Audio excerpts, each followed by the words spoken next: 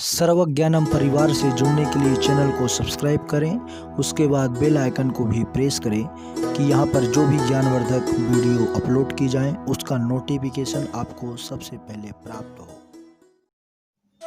नमस्कार सज्जनों, आज हम पुनः एक अच्छी प्रेरक कहानी के साथ आप लोगों के समक्ष उपस्थित हुए हैं।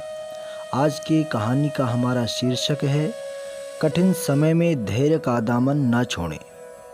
एक साधु घाट किनारे अपना डेरा डाले हुए था। वहाँ धुनी रमाकर दिन भर बैठा रहता और बीच बीच में ऊंची आवाज़ में चिल्लाता, जो चाहोगे सो पाओगे। उस रास्ते से गुजरने वाले लोग उसे पागल समझते थे। वे उसकी बात सुनकर अनसुना कर देते और जो सुनते वे उस पर हंसते थे। एक दिन एक बेरोजगार युवक उस रास्ते से गुजर रहा था। साधु की चिल्लाने की आवाज़ उसके कानों में भी पड़ी, जो चाहोगे सो पाओगे, जो चाहोगे सो पाओगे। ये वाक्य सुनकर वह युवक साधु के पास आ गया और उससे पूछने लगा, बाबा, आप बहुत देर से जो चाहोगे सो पाओगे चिल्ला रहे हो, क्या आप सच में मुझे वो दे सकते हो जो मैं पाना चाहता हूँ? साधु बोला, हाँ बेटा, लेकिन पहले तुम मुझे ये बताओ कि तुम पाना क्या चाहते हो? वह युवक बोला, बाबा, मैं चाहता हूँ कि एक दिन मैं हीरों का बहुत बड़ा व्यापारी बनूं। क्या आप मेरी ये इच्छा पूरी कर सकते हो? बाबा ने कहा, बिल्कुल बेटा, मैं तुम्हें एक हीरा और एक मोती देता हूँ, उससे तुम जितने चाहे हीरे मोती बना लेना। साधु बोला। साधु की बात सुनकर युवक की आंखों में आशा की ज्योति चमक उठी। फिर साधु ने उसे अपनी दोनों हथेलियां आगे बढ़ाने को कहा।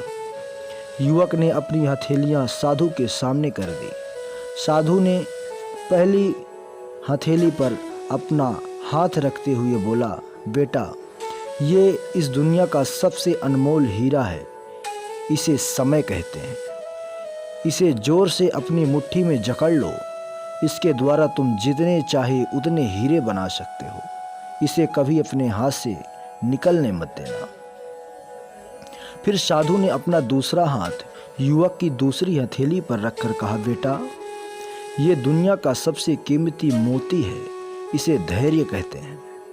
जब किसी कार्य में समय लगाने के बाद भी वांछित परिणाम प्राप्त न हो तो इस धैर्य नामक मोती को धारण कर लेना। यदि यह मोती तुम्हारे पास है तो दुनिया में जो चाहो वो हासिल कर सकते हो। युवक ने ध्यान से साधु की बात सुनी और उन्हें धन्यवाद कर वहां से चल पड़ा। उसे सफलता प्राप्ति के 2 गुरु मंत्र मिल गए थे। उसने निश्चय किया कि वह कभी अपना समय व्यर्थ नहीं गंवाएगा और सदा धैर्य से काम लेगा। कुछ समय बाद उसने हीरे के एक बड़े व्यापारी के यहाँ काम करना प्रारंभ किया। कुछ वर्षों तक वह दिल लगाकर व्यवसाय हर गुरु सीखता रहा और एक दिन अपनी मेहनत और लगन से अपना सपना साकार करते हुए हीरे का बहुत बड़ा व्यापारी बन गया।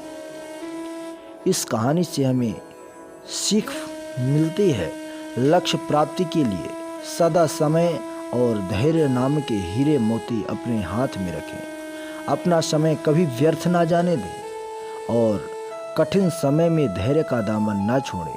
सफलता अवश्य प्राप्त होगी।